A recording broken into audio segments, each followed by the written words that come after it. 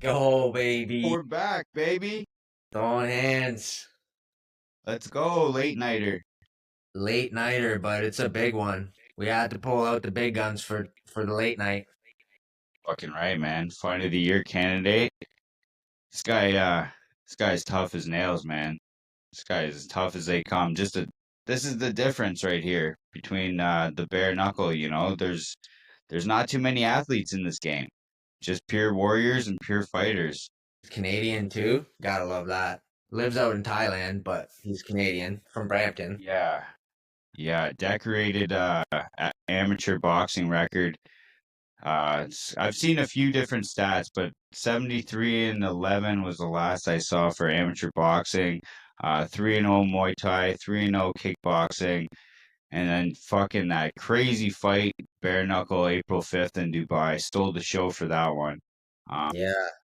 both cards too. I would say that was, like you said, fight of the year candidate. So really excited to have Johnny Tello join us today. Fucking tough as nails, man. Tello brought that dog out of him, man. By the third Yeah. round, he was giving it right back to him, man. And Hamasi looked like he was gassing in there as well. Oh yeah, he weathered the storm. Mozzie, I don't think he expected him to hang around that long. He threw everything fucking in the kitchen sink at him, and Tello just kept coming. Great footwork and head movement. Fuck that lead jumping in fucking left hand, that left hook. He's tough, man, and he looks like he's here to stay. So excited to see what's next for him. Yeah, the size difference was ridiculous in there too, man. Tello definitely looked like the smaller guy in there.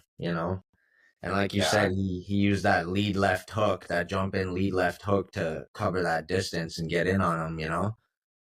yeah, he's that's a great entry for him. He uses that in a lot of his fights. But then pair that with some head movement, like his boxing skills are really spot on. And just a tough guy. Like no intimidation. Like all the fights I've watched too, he's coming in as a smaller guy. Um, not intimidated. He just knows he's ready to outwork these guys. A true warrior, a man that's made for bare knuckle. I'm telling you, he's made for Yeah. that. And his eye swelled up real early in that fight. So essentially he's like Bisbing in there, fighting with one eye, but getting it done. No Damn, quitting in him, man. damn, yeah, man. That's so true. He pretty much got his eye fucked up in the first round, and then fought 4 rounds after that, and still won the fight, man. Like Yeah. El Toro. That's what he said. That's why they call him the El Toro. I'm the fucking bull, man. You Yeah. know? No, fucking straight warrior mentality just to stay in that fight. Cause yeah, he was hurt early and fuck, there was just no quitting him. I feel like he spoiled the plans for the Mhm. BKFC a little bit there, you know? Mozzie fucking I bet you they were thinking he was about to be the next household name. Yeah, But yeah, Tello fucking says just hold tight. I might be coming off the shelf 6 weeks training, but I'm a yeah. fucking warrior. And that was great. Great opportunity for him. Really put it on for the fans in Dubai too. Like that's how you put a stamp on it. Oh, he's popping up right now. Let's bring him on. Let's Let's go. go, Johnny Tello. Let's Hey guys, fucking what's up? go, bro. Go, baby. There he is. Woo! Good, brother. How are you, man? How are you doing? That's a better question. I'm doing good, man. I'm doing good. Uh, Woke up late today, just taking the morning off work. How you living since that fight of the year candidate, brother? That was an amazing performance by you, bro. Thanks, man. Things have been going good. Been trying to capitalize on momentum and trying to get things rolling for next summer round. Get a better payday. Ah man, after that one, I'd like to see you in a main event or something. Something in the near future. Yeah, I know. I talked to David Feldman after, and I was talking to Connor as well. They definitely have some stuff stored for me. I kind of derailed Homasi's plan, so I guess I'm Yes, you in that did. spot now. Yeah, so I don't mind. Yeah, so I'm just waiting for. I'm trying to fight as soon as possible. So I'm feeling a lot better. My face is pretty much back to normal. My left hand is getting there. I think in a few months I should be good to go again. Yeah, brother, we were just talking about that. It almost feels like you really spoiled their plans a little bit with Hamasi over there. Yeah, that was the plan for sure. Hmm. Like going into the day before the press conference, last minute they're like, "Oh, you're not on the list." I'm like, "What do you mean I'm not on the list?" He's like, "Oh, so he's not on the list too?" He's like, "No, he is, just not you." And I was like, kind of pissed. To be honest, I was like, "What the fuck?" They invite him to the press conference and not me. So I was like, "Whatever." So he went up and talked to shit, whatever he did, and then I just made it an effort for the next day. I was like, "I'm gonna beat the shit out of this guy." Yeah, I gotta show that I belong here and he doesn't. So even when he was pounding me in the first round, I was just like, let it go, let it go. I'm gonna get you back. And then eventually, I just started. He couldn't weather the storm, you know. So I just kept going and going and going, and eventually, just beat the shit out of him for the last 3 rounds. Yeah. Yeah, you did. Did they ever like end up telling you the reason why you weren't able to go up? Something to do with the list or something fucked up with the list or something like that. But I think it's just they had certain people that they wanted on. I guess like the promising stars, you know. They had like the Russian guy, the grappler, the very famous Russian one. Him and just pretty much the famous guys that were up on there. So it's what it is. But I'm sure next time I'll get to be in the press conference. Oh yeah, you better be. 100%. Yeah, yeah, Yeah, that's kind of surprising, because you had that feature fight spot right before the co-main event. So yeah, kind of crazy that they didn't have you up there, but you're definitely earned your spot now. yeah, definitely. It's okay. I was pissed at the time, but if anything, it just gave me motivation to go in there and Yes. not give up. Everything happens for a reason, man. So anyway, how far was that commute from Thailand to Dubai? Not too far. Like, well, the flight was like 7 hours or so, but the time difference is only like three. So it wasn't too bad. It wasn't jet lagged at all. A long time ago, after like in between his last few years, I had an offer a week coming to the fight to fight. What was his name? The guy that was the guy that's middleweight champion. They got stripped. I forget his name. Strip. He's from Macedonia, and he got stripped for fighting cardiac combat. Like I was gonna fight him, and then as I was doing my paperwork and stuff, I realized that like they were sending me the curriculum, and they're like, we gotta be there 3 p.m., 4 p.m. this, 5 p.m., 6 p.m., and I'm thinking, like, wait, that's like 3 in the morning, 4 in the morning, 5 in the morning. And I was like, what the fuck? So, yeah, eventually I told them, I don't know if I can get the medicals done in time because I realized, I jumped the gun to say yes, but then I realized I'm like, bro, that's like a 12-hour difference. I'll be fighting in the middle of fucking of the morning, like 3, 4 in the morning. That's impossible, dude. So yeah, You took that fight on 6 weeks' notice. yeah. And How? I wasn't training at all like before that. Drinking beer and smoking weed and running business pretty much. Yeah. And then Damn. yeah, real quick because it was a big opportunity. So I did my best to lose a bunch of weight. Now I got to go down weight, go down to 165 because it looks cool and all fighting all these giants, but it's hard when you're taking the Interesting. punches from the big guys. Yeah. Yeah. You definitely look like the smaller guy in there, man.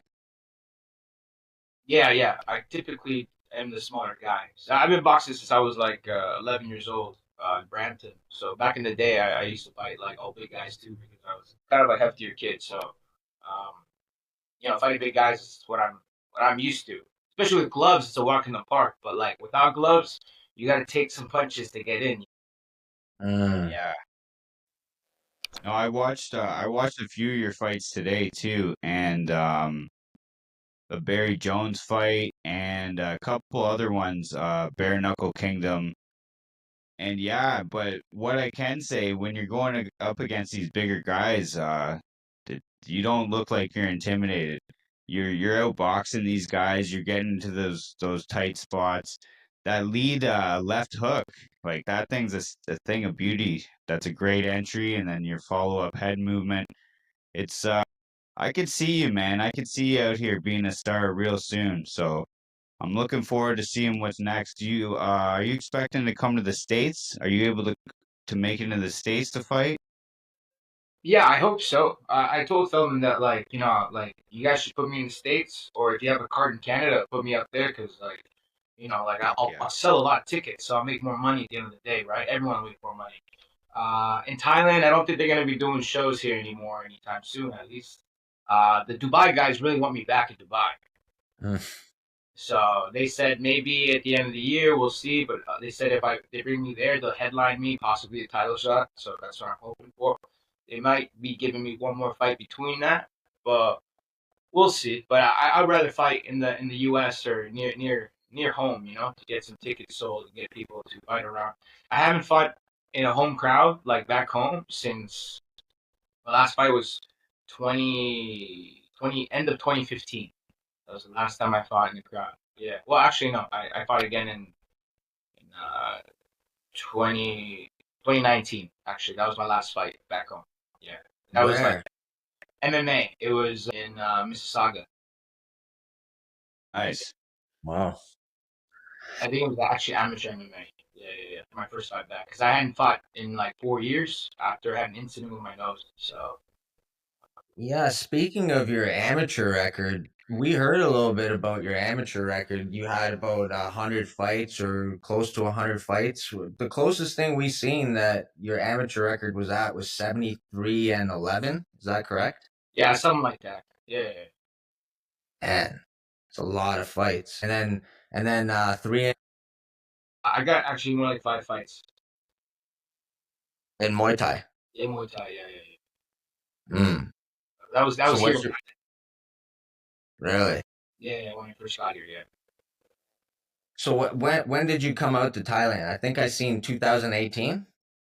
That's the first time I came out was 2019 for like 3 months. I went back home and I had that one fight, the comeback fight, and then I went out one night and shit hit the fan and well, shit went down. And after that, I was kind of beat up and shit, and I was like, yeah, I gotta get the fuck out of this place because Brampton is like a fucking shithole. So I worked I worked to try to save up enough money to get back to Thailand so I could train for at least a year. Then I got back January 2020. 3 months later, COVID happened. And then there was nowhere to go after that. So I was like, either go back home or stay there. So in the beginning, it was like, it was okay. And then I heard that it was like a 2 month lock or 1 month or 2 month lockdown. Then it became like normal in Thailand. Like it was just whatever. And then in Canada, it was like real lockdown. And I was like, fuck that, I'm not going back to that. It was saying quarantine, all that stuff. And they gave us a visa every 3 months for 2.5 years. So I stayed here visa free for that long.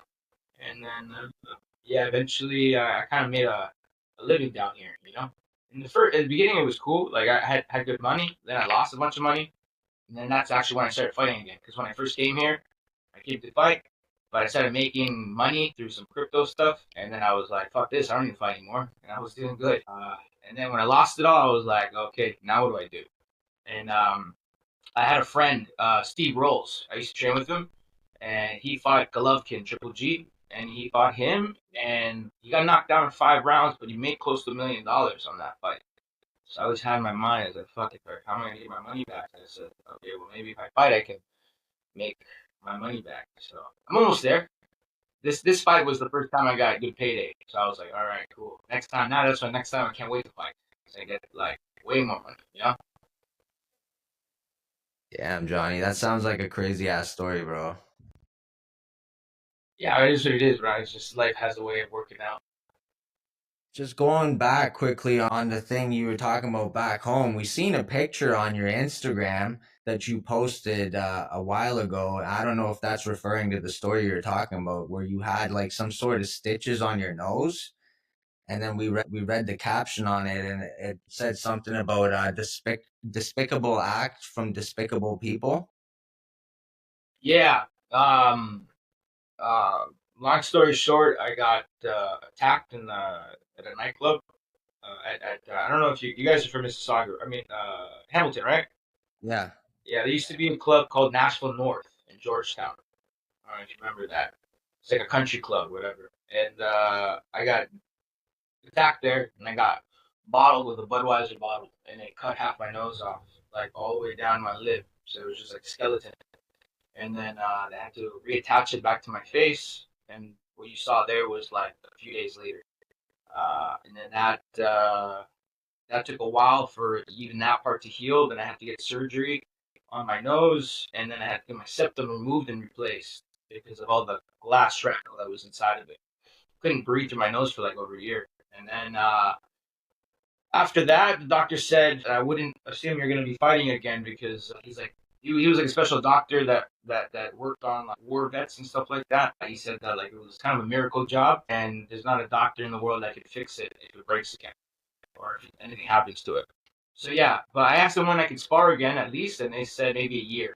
So I tried 3 months, 4 months later, I tried sparring again, but I couldn't physically take a punch. It was like worse than getting kicked in the balls. And I started sparring with like hockey helmets, you know, like big ass helmets and even Bushido helmets. I was trying all types of fucking helmets. I even bought like a really good windy with a bar in the middle. I trained with that for like over a year. And then eventually when the helmet came off, I was able to take more punches. My head movement got better because, you know, I was so used to it with the big space and big head, you know. But yeah, and I didn't fight for a while after that until one day I just decided, fuck it, I'm gonna fight again after 4 years, and then that's when I went to Thailand. Yeah, so that's what Damn, happened. bro. So you took a 4 year break from fighting after that. Yeah, not by choice, just because like it was. I was still training, you know, but like hitting the bag, the gym. I trained at Legends MMA in Brampton. I was still there all the time, but I had no intention of fight.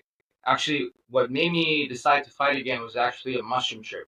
Yeah, Okay. yeah, ate like 5 grams, sat there, and one of my buddies came down and he's all cracked out and shit. And then I told him to get out of my house. I was like, bro, you came wrong time. I just ate these mushrooms. He's like, oh, Johnny, let me stay. I'm fucking tripping, blah, blah, blah. He was out all night on blow and whatever. And then after a while, the mushrooms hit. And then I was like, shit, and I'm tripping. So I kicked him out of my house. And then you know how it is? Like, when you have a bad trip, you can't shake it off. And I started contemplating my whole life. Like, what the fuck am I doing with my life? Blah, blah, blah. And after when I came to, I was like, "Fuck it!" I'm like, I was about to go to BC and go manage a bar out in the Okanagan, and I decided to change my mind and plan my trip to Thailand instead. So thanks to mushrooms, I started doing it again. Wow. Yeah, Thanks to the good old Man, mushroom. Nothing like a good mushroom old can let mushroom you trip. know.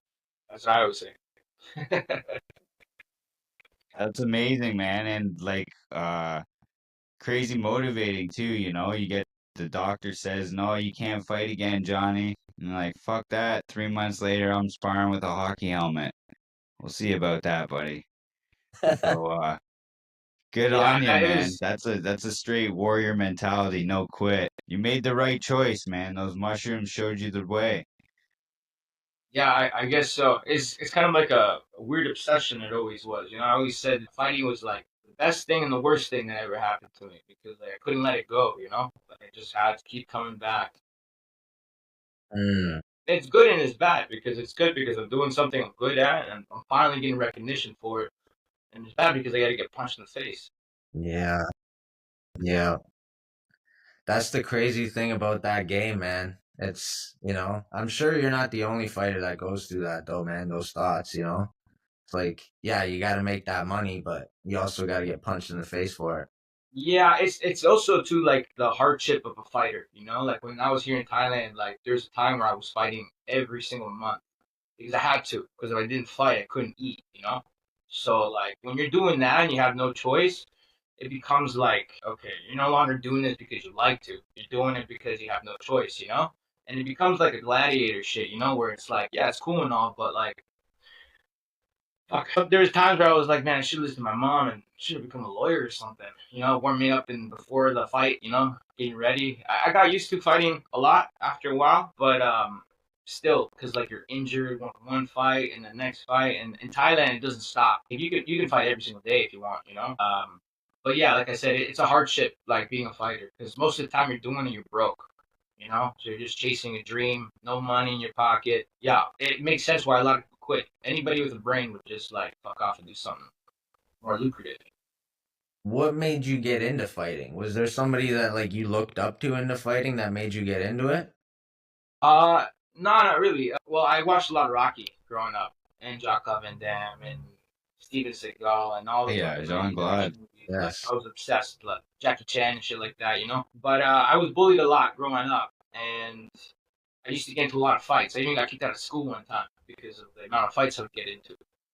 Not because I like fighting, but because like I just couldn't take people insulting. My dad used to be like, "Oh, if anyone insults you or punches you, you gotta like hit them back and shit like that." So I kind of took that to my brain. And one day I got my ass kicked like 2 days in a row. I had like a black eye, and I came back like I think 2 days later with another black eye. And my dad was pissed, and he's like, "Well, if you're gonna be fighting all the time, you gotta at least learn how to win your fights, you know." So he took me to Grounding Boxing Club.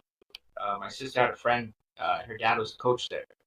And I went there one day, and then I was like, "Oh, this is my shit. Like, I like this." You know, I wasn't like very good when I started, but I could take a punch, so that was like my superpower. You know, being tough since I was a kid. You know, but and then I started getting recognition from boxing. You know, in high school I used to get into a lot of fights, and I'd kick people's ass, and then people would like I would get a lot of attention for it. You know, and I got kind of addicted to that side of it. And then boxing gave me everything I had when I was young. You know? So you were boxing in high school already, like grade Yeah, 9, grade 10, yeah. By the time I got to high school, I already been boxing for like 3 years, 4 years. and guys were still willing to throw hands with you. Well, they didn't know who I was. I was just Damn, some kid in grade that's nine, scary. like fucking. I remember the first day I'm walking in the cafeteria and some guy's like, "Hey, you're Johnny, right?" I'm like, "Yeah, what's up?" He's like, "You box?" I'm like, "Yeah." He's like, "You want to fight me?" I was like, "What? No." And then his friends were like, "No, you better fight. You should fight him." Blah blah blah. And they started talking shit about me, you know. And I was like, "All right, I'll fight you," but I didn't think anything of it. And then I let it go. And then like that was a Friday, Monday come, and they come to me in the cafeteria. They're like, "So we're gonna fight or what?" And I was like looking around my friends. I was like, "I guess." So we went outside and we scrapped it out in front of all the older men and shit. And then I beat the shit out of them.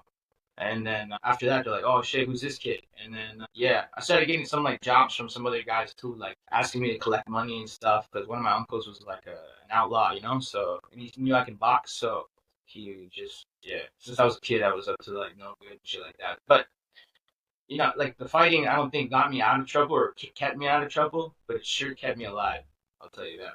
You know. Hmm, that's a good way to put it. Yeah, you sound like you've been actively fighting. Yeah, that's something, right? When you have to fight every day and it's just becoming a chore. But you got a lot of cool side projects going on now. I see your fight circus online. I saw you in there beer boxing, so that drew my attention pretty quick. Are you allowed to spill your beer in there, or do you have to make sure that you don't spill when you're throwing that right? You know, it was like a last minute thing. I didn't even know I was.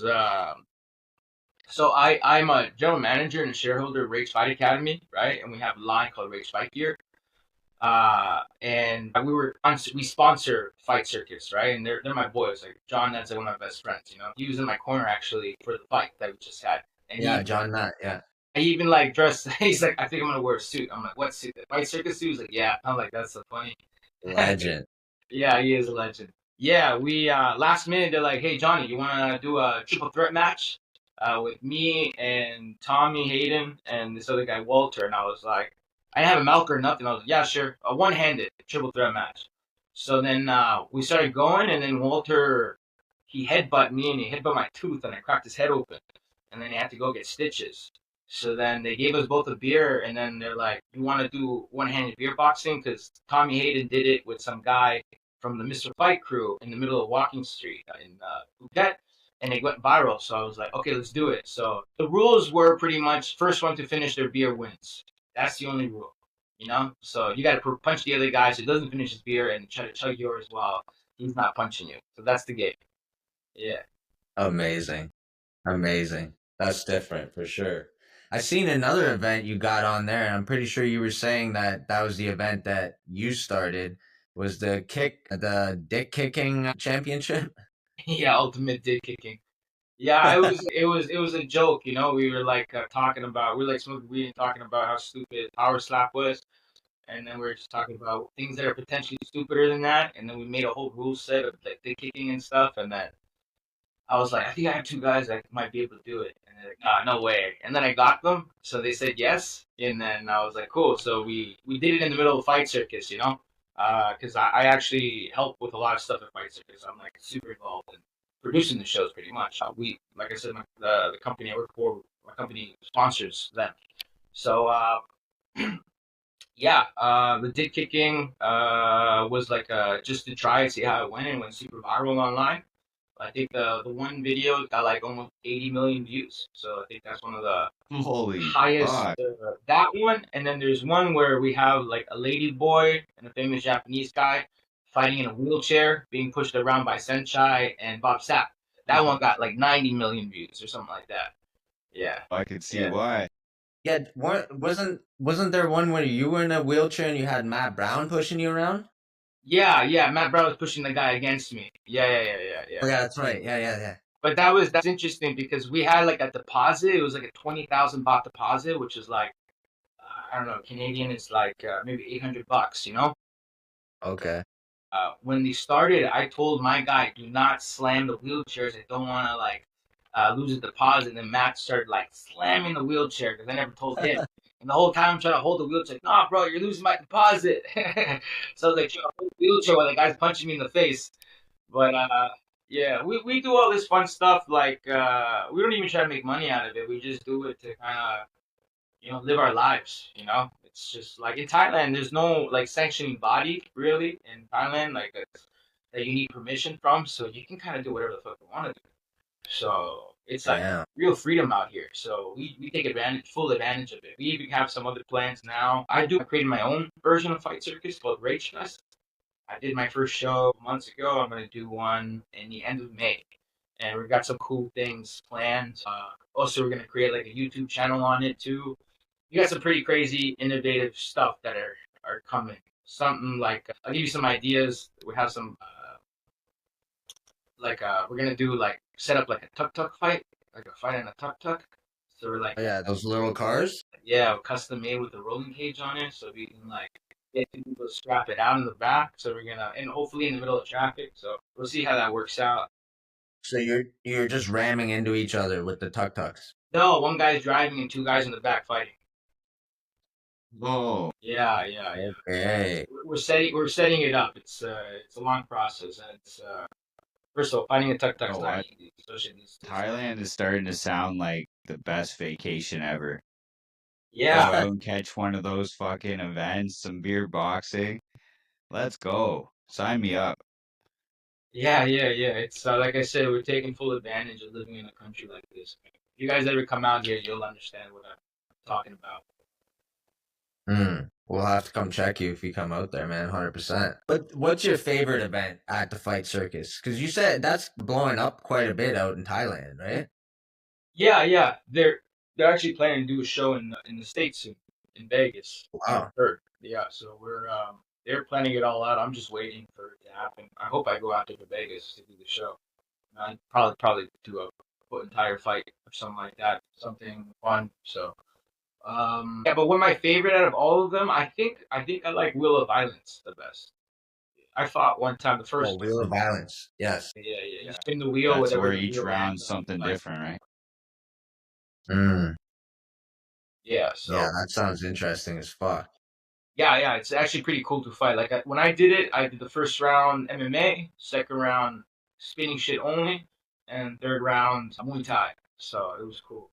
And we're hoping we might be doing a whole show based on the Wheel of Violence, but we're still working on that.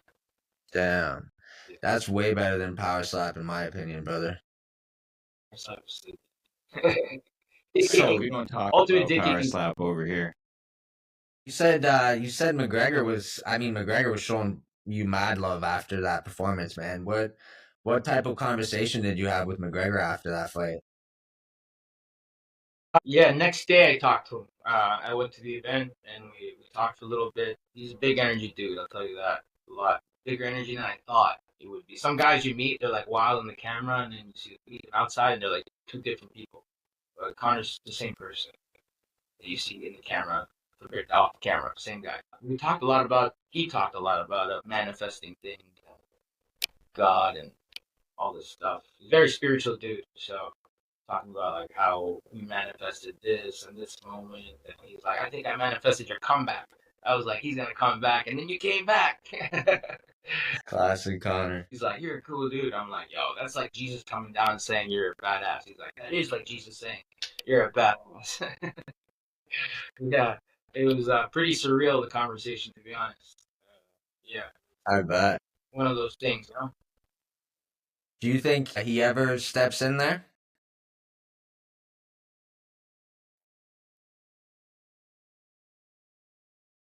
And he's done everything already. He's getting a lot of money. You know, fighters like we do it. I guess some do it for the love, but we do it for the money too. You know, and he's there. So I don't know. I wouldn't fight again if I was him. You know, but he obviously has his ego and he has his ambitions. It would be cool to see him fight in bare knuckle.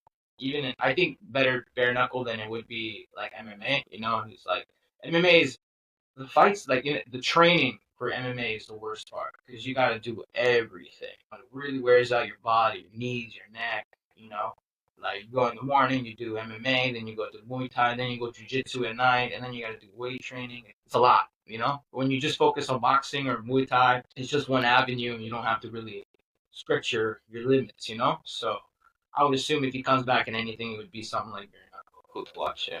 Or would be an absolute spectacle. Like you said, we've already seen him do MMA. Now that he's so involved with bare knuckle, I mean, it would be unbelievable to see him get in there, man. Who would you like to see him get in there with if he did get Me. Let's in? Shit, go. that was Hey. bucket list. Like, check up, man. I did everything in life. Ready to go now.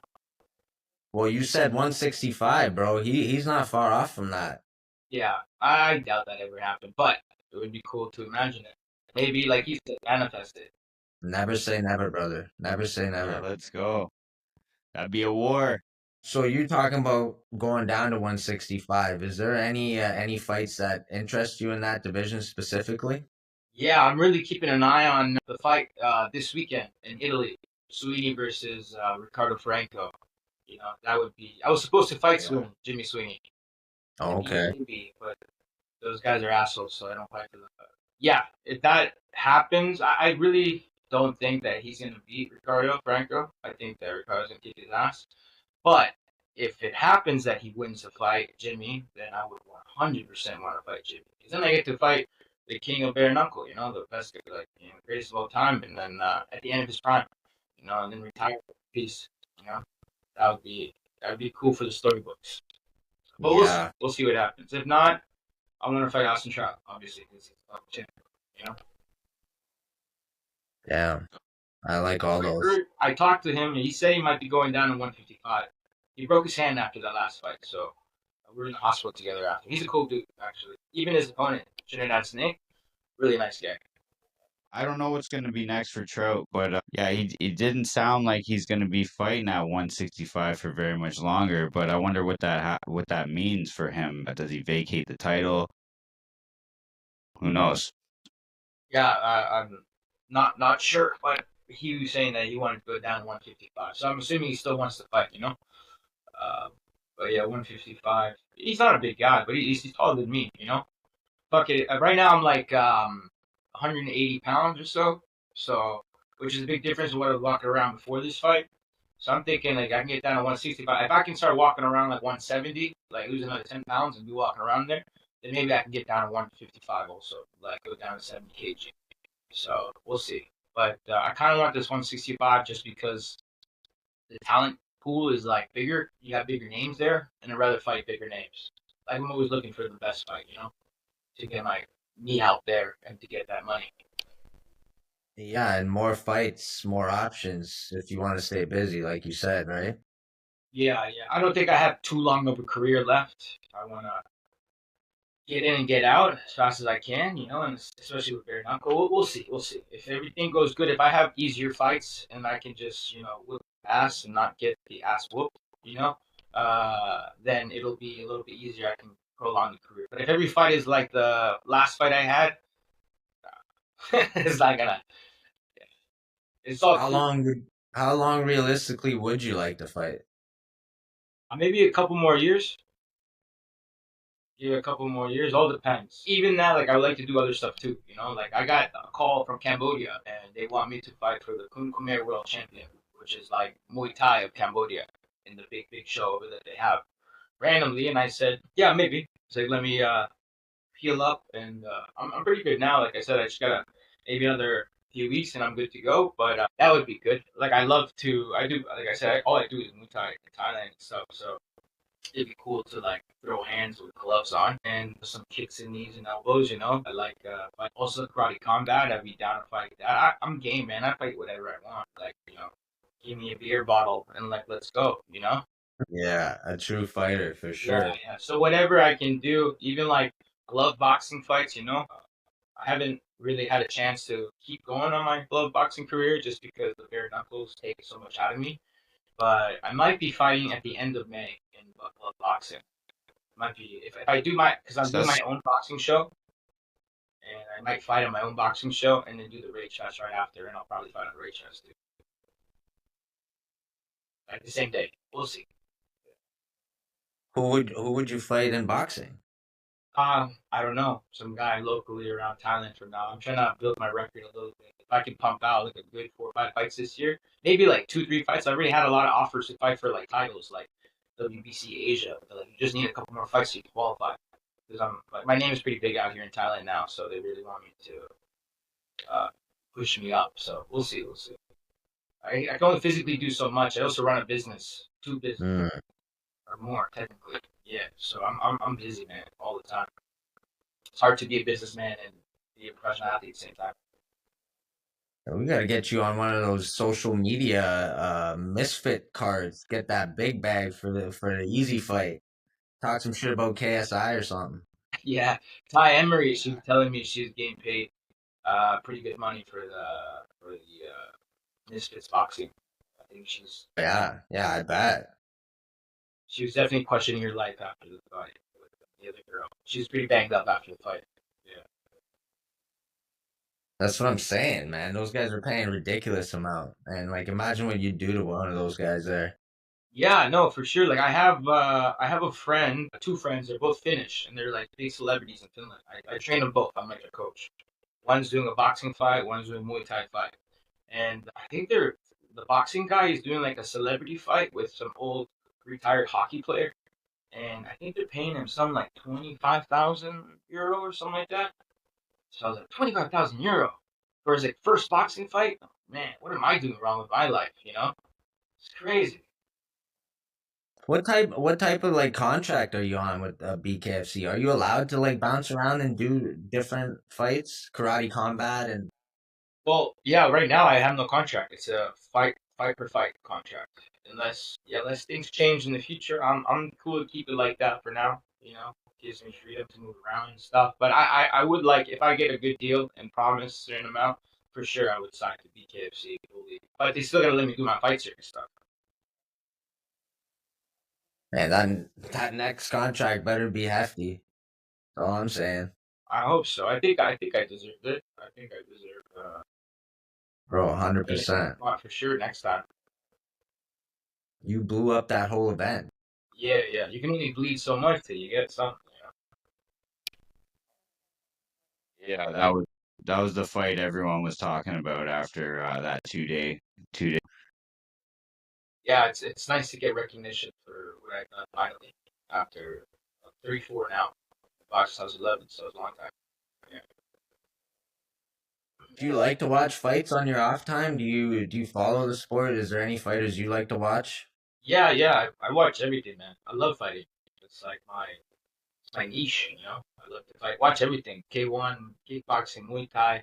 I live in Thailand, man. So I go out and watch fights all the time. I even we in pro wrestling too. Like not so much WWE, but we have like local pro wrestling here. My buddy, he has a school. It's called PSC, so Paradise Sports Entertainment, and he teaches wrestling. And they actually want me to be a pro wrestler. I told them I just can't like risk any injuries right now. So maybe when I'm done fighting, I'll come jump with you guys, for some fun.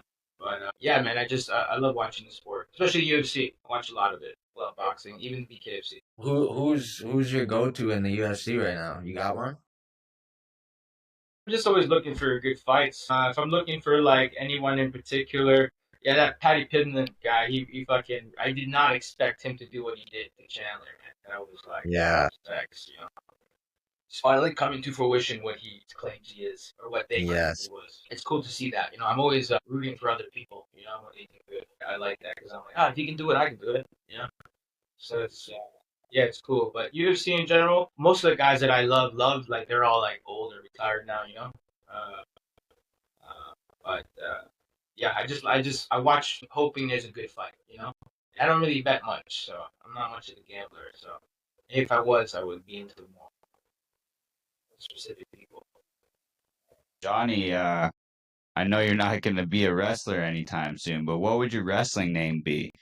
I don't know. Go Swally or something. Rico Suave? Yeah, I'm just kidding. I don't know. Let's go. Are you sticking with the bull? El Toro? Yeah, yeah. The El Toro or the Bull, yeah, for sure. How'd you come up with El Toro?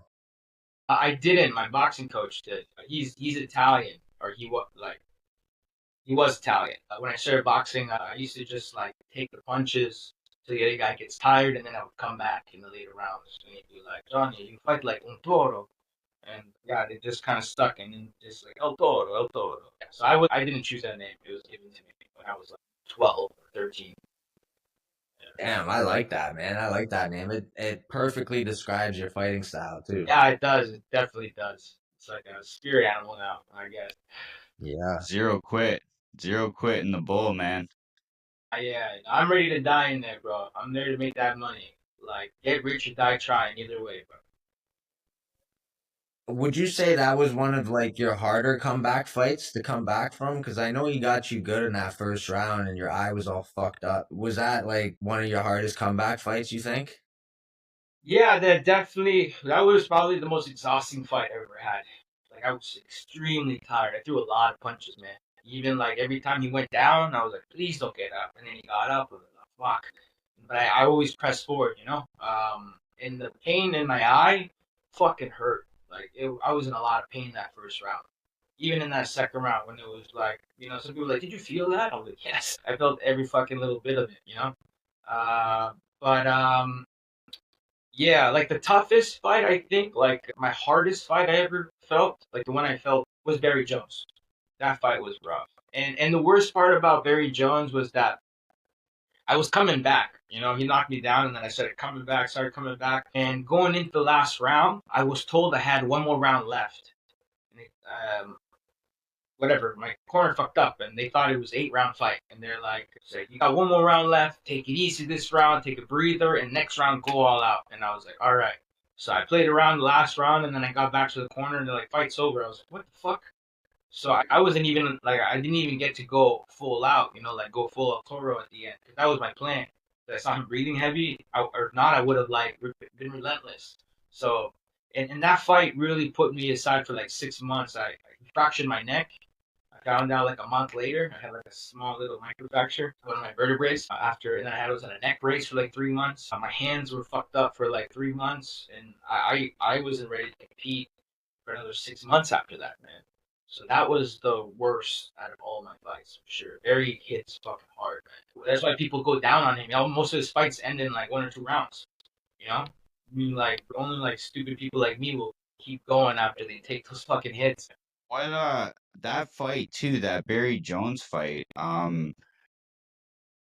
was the count on that? Because I did see when you were down, you were getting up. I swear you counted to 17. Yeah, Unless I'm yeah. So they told me for BKB, there's 20 seconds. They give you 20 seconds to get up. And I told Tommy, like, he's a friend of mine. The same guy that refereed that fight is the same guy I was doing the beer boxing with. And yeah, and I told him, hey, bro, just so you know, if I go down, I'm taking the full 20 seconds. He's like, yeah, no worries, no worries. So when he dropped me, I just waited there. And I was like, I'm going to take a breather and get my composure till I get back up. So I got up around 18 seconds, got up, and went again. Yeah, yeah. that was a wild fight too. Like that was another absolute war you were in. And yeah, it would have been nice to see another round on that, but close, man. Close fight. Yeah, yeah. It was okay. It was cool to be the only guy to go the distance with him. He lost recently with LT Nelson, but the rule set was different. You had 3 minute rounds and you had clinching allowed. I wasn't allowed to clinch like in that fight. Anytime I went inside, they separated me. So I think if I fought Barry Jones in the BYB or BKB or even Bkfc, it would be a different story. And like grab him and hold him by the back of his head and punch him. Kind of like what I did with Homasi or Hosami, whatever his name is. Yeah. Yeah, yeah, yeah. But also, like my last Bkfc fight, that was probably my funnest fight. The one I fought the guy from prison in Bkfc Thailand. the same night Boo Cow and Senchai fought.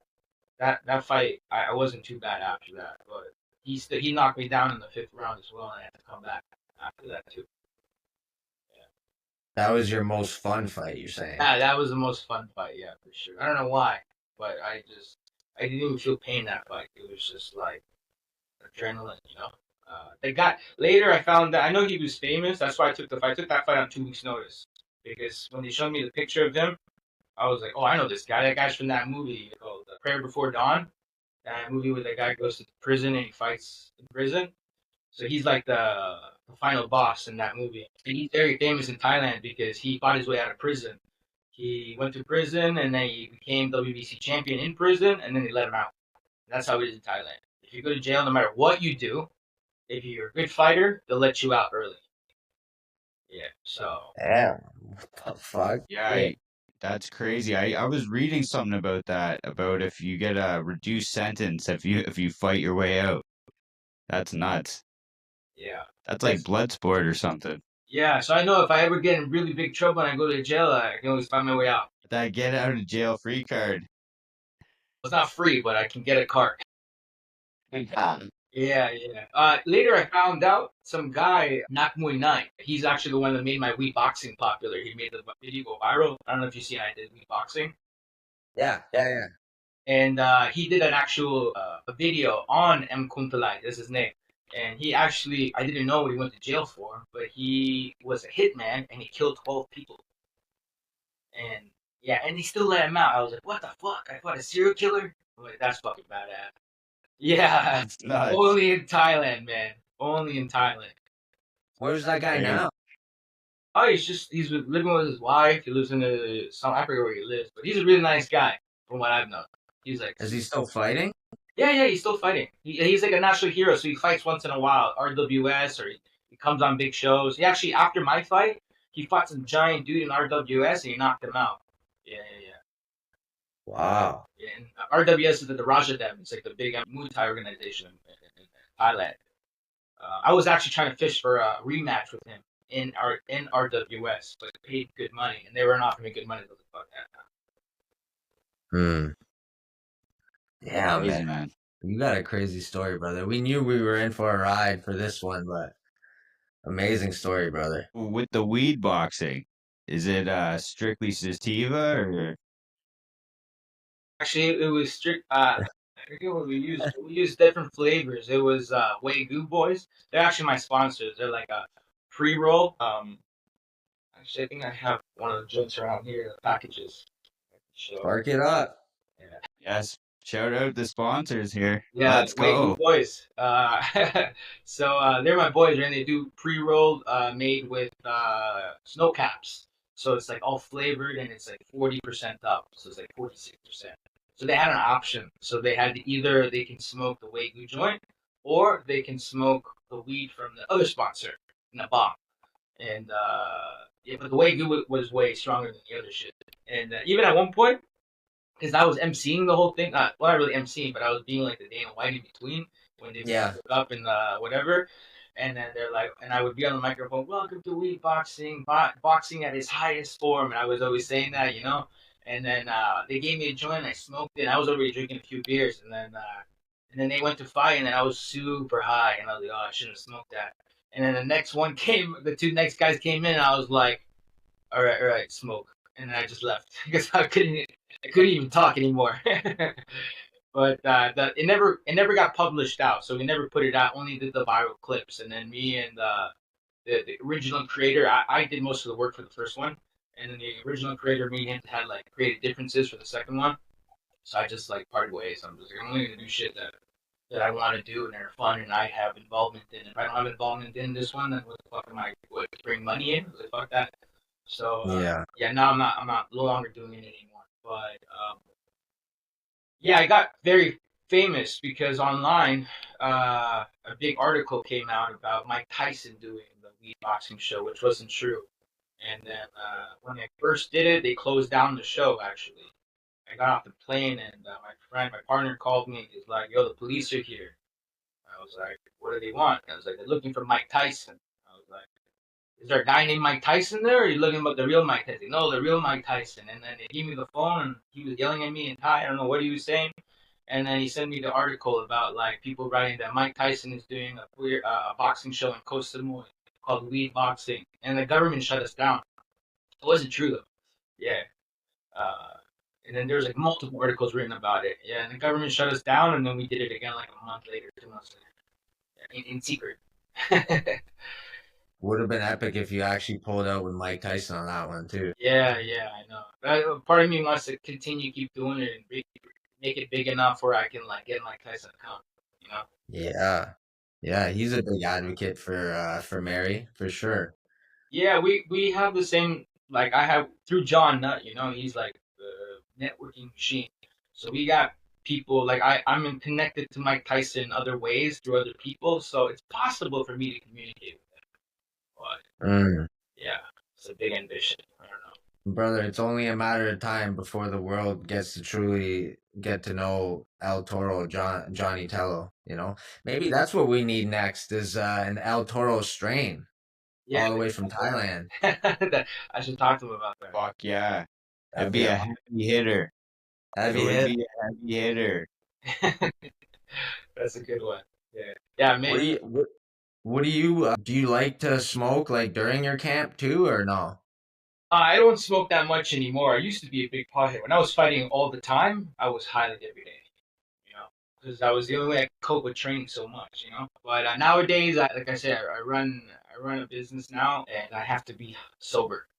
Because in the beginning, I was trying to keep smoking, but I need to remember shit, man. Yeah, It's just a thing that reminds me, but even then, sometimes I forget to remind her to remind me. You know, so um, yeah, yeah. But I do now. If I smoke, I only smoke indica. People make me question my life too much. Indica makes me stupid, and I don't have to think. So yeah, and I only do it at nighttime. you ever get into the extracts, the Uh, concentrates? yeah, yeah, yeah. Like I said, I used to be a massive pothead before. I used to actually own a weed shop for like 5 minutes in Thailand. Yeah, Oh yeah, yeah. Me and my partner got into a fight and we separated ways. We just flipped the building, so I made a little money off that. But yeah, I mean, it was called Elevate. It was in the middle of Soy Six. If you know Soy Six, is a crazy ass street.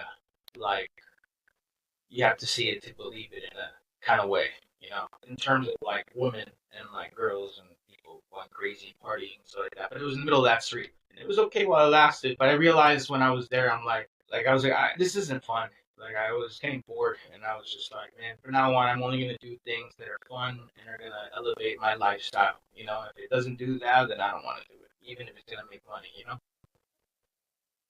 I got you. How often do you come back to Canada? I have been back one time in a year, 5.5 years. I've been back last May. I came back for 3 weeks, and then I came back for a fight show. Actually, came back to the boxing actually. Um, and then, but maybe I come back next year. I think this year I think I'm too busy. If everything goes well and everything's super successful, maybe I can come back in Christmas time. But do I really want to come back in the winter? Yeah, who wants to come to Canada in the winter? Yeah, exactly. But Yeah. unless I'm gonna ski and snowboard, then I don't mind. But in Brampton and Ontario, my parents live. It's a shitty time of the year to go back. For It's sure. Have you ever been to Hamilton? yeah, of course, yeah, man. I think when I was young, I lived in Hamilton for a little bit before I lived in Toronto. But yeah, I have a lot of friends from Hamilton, and I used to go up there a lot. I have family up in Hamilton. Yeah, because we're friends with a guy that fights in ONE FC that has a gym in Hamilton as well. His name's Dennis, the Bosnian Menace. I wanted to know if you guys knew each other too. Yeah, no, no, I met him here. I met him here. I met him at some bar in Phuket, actually. My boy Ryan Donnelly, he told me that Dennis was in town, and then we just ran into each other randomly. I'm like, oh, you're the guy Ryan was talking about. And then we were just shooting the shit, and yeah, man, we're really cool with each other. And we hung out that night. That was the night Stan Fairtex fought that other girl, Angela Lee or something, whatever. And yeah, and actually, yeah, yeah. and we hung out, and I haven't seen him in a while. But when I do see him, we always like shoot the shit and stuff like that. But he's a cool dude, man. I'm actually happy. It's funny too because when I first met him, he was like, I'm like, so what are you still fighting? He's like, well, I want to fight. My goal is to fight Raw Tank. I was like, really? Fight Raw Tank? Yeah, I'm gonna do it. You're gonna see it. And I was like thinking, yeah, okay, like how old are you? How are you gonna do that? And then he actually fought him. Like he actually did. I was like, wow. And I even messaged him like, bro, that's badass stuff. Like you said it and you did it. You know, despite whatever the results in. But he said he was gonna fight him and he fought Raw Tank. Fucking crazy. Yeah, Man, that's to this day one of the most unbelievable things just for us to even think about that he fought Rod Tang, that he was in the same ring as Rod Tang. Like, Yeah, unbelievable.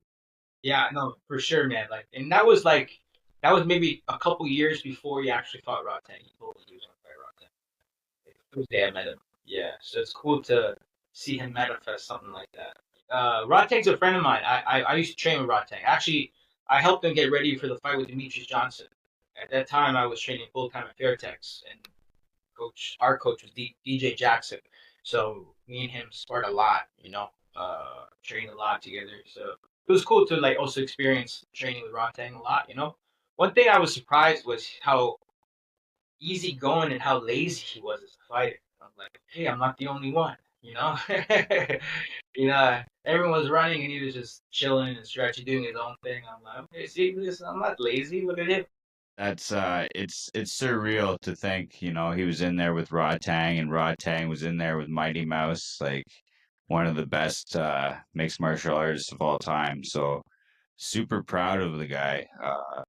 Yeah, he spoke it into fruition, I guess. He knew it. He was calling for that fight. He got it. I thought it was interesting though, because he was coming off that fight with Jacob Smith, looked real good. It was a Muay Thai fight, and then he gets the Tang and kickboxing. So that was kind of weird how they went from Muay Thai to kickboxing there. Yeah, I don't. Maybe it was to protect Rotang with the small glove or something. I don't know. Could be. No idea. But they do that a lot in the one championship. They switch things up and make a rule set benefiting the guy that they want to win. But I think he's a kickboxer more, no? Yeah, kickboxer, Muay Thai, I'd say, between them two. Yeah, yeah, both. Like I said, when I met him, he said like I came to Thailand to fight Rotang. That's what he said to me. And he did, and I was like, okay, but That's fucking Yeah, amazing. yeah, he's a warrior too, man.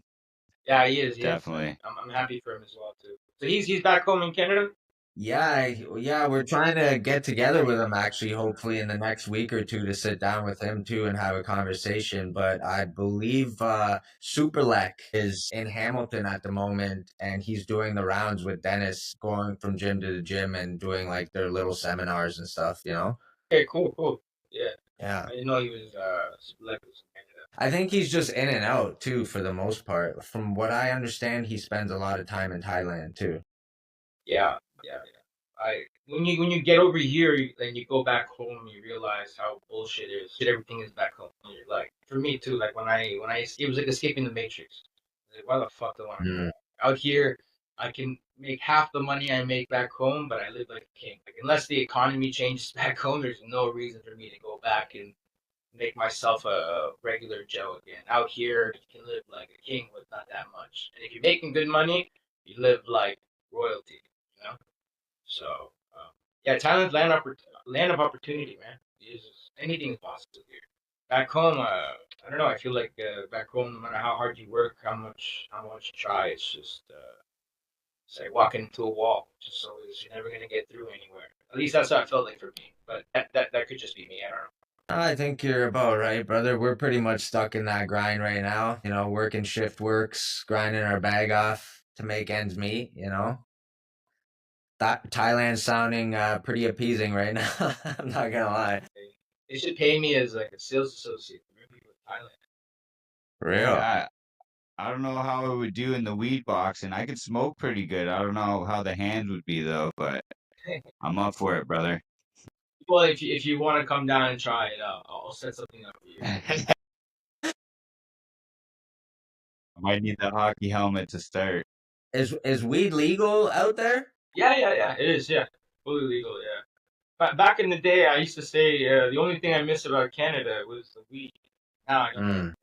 get Yeah, but what's the quality like out there? Is it Canadian type weed or no? It's great. It's great. Yeah, it's a little more expensive than in Canada. The prices have been dropping a lot now compared to what it was before. Like before when it first came, premium weed was like 1,000 baht, which is like uh, I don't know, like $40, per gram. You know. Yeah, yeah, Jeez. 40. Yeah, and but now it's down to like you can get good weed for like 30, like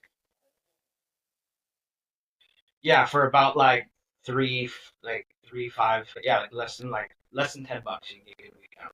So now it's cheap again, you know? You just roll up to a dispensary and get it? Yeah, yeah, but in Thailand you can roll up to a dispensary and you can sit down and smoke in the dispensary and drink alcohol and whatever else in the shops themselves. Actually in Thailand it's illegal to smoke outside in public. People still do it though, but technically you can get fined for it. But you can smoke in shops, which is cool. Because in Canada you can't do that, right? No. No, Yeah, no, no. yeah, Not in the dispense. Not in the dispensary, no. yeah. Of course, rules Canada, right? Yeah, out of here. Technically, I think you're not supposed to smoke in like certain, like you're not supposed to smoke indoors in the shops anyways. But every shop you can smoke it. It's like a lot of rules here are like loose guidelines sometimes. You know? Yeah. What made you come out to Thailand? Like the training specifically? Yeah, like I said, that mushroom trip. Just Oh, the mushroom Mushroom trip. Yeah. fighting. yeah, That's amazing. Thank God for the mushrooms, man. yeah, yeah. I just had an epiphany. I was like, fuck it. Like, fuck this life. I hate Brent. When when's the last time you did mushrooms?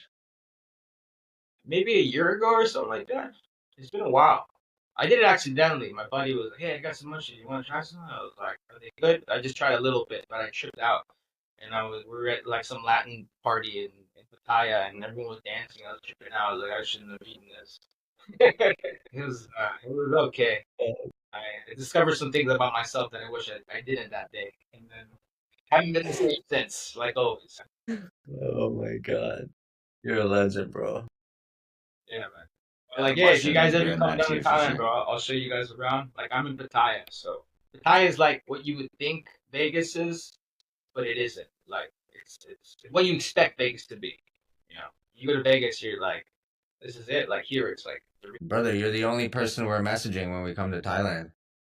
yeah, Oh, Can't wait, but that's a long flight though. I might need one of the planes with the beds. I'm gonna have to save up a bit to get there. yeah. Well, if anything, it's the alcohol is free and unlimited, so you can just drink and pass out, go to sleep, and wake up and drink again and pass out. That's what I did the first time I came here. smack a couple edibles. Yeah, Yeah, exactly. Yeah, weed's legal here I anyway. was told Benadryl. Take a Zan, like Dre says. Drake. There you go. Yeah. What else you got, Jay? Anything? I don't know, man. I think that about does it. Is there anybody you want to give a shout out to, Johnny? We appreciate you taking the time, linking up with us here. Means a lot. Is there anyone you want to give a shout out to? Yeah, Sensei Billy from Legends MMA. Thanks for everything. And if anyone's on Brampton looking for a place to train, Legends MMA is the place to be. Oh, he still doesn't fucking forget about that Canadian heritage, though, baby. Even he's out in Thailand, still shouting out Brampton. Let's go. We love that. When they asked me, they're like, "You want us to put Toronto?" I was like, "Nah, put Brampton." I don't like I that hate that either. place, but I People do go like it. away on vacation, everybody from Hamilton saying Toronto. It's like, you know you're from Hamilton, bro. Come Yeah, on. yeah, yeah, yeah. Yeah, exactly. Just shout out to that shithole. Legendary shit, man. Thank you so much for coming on, Johnny. You fucking blessed us today, man. We were really looking forward to this one, man. Thanks for having me, brother. Appreciate it.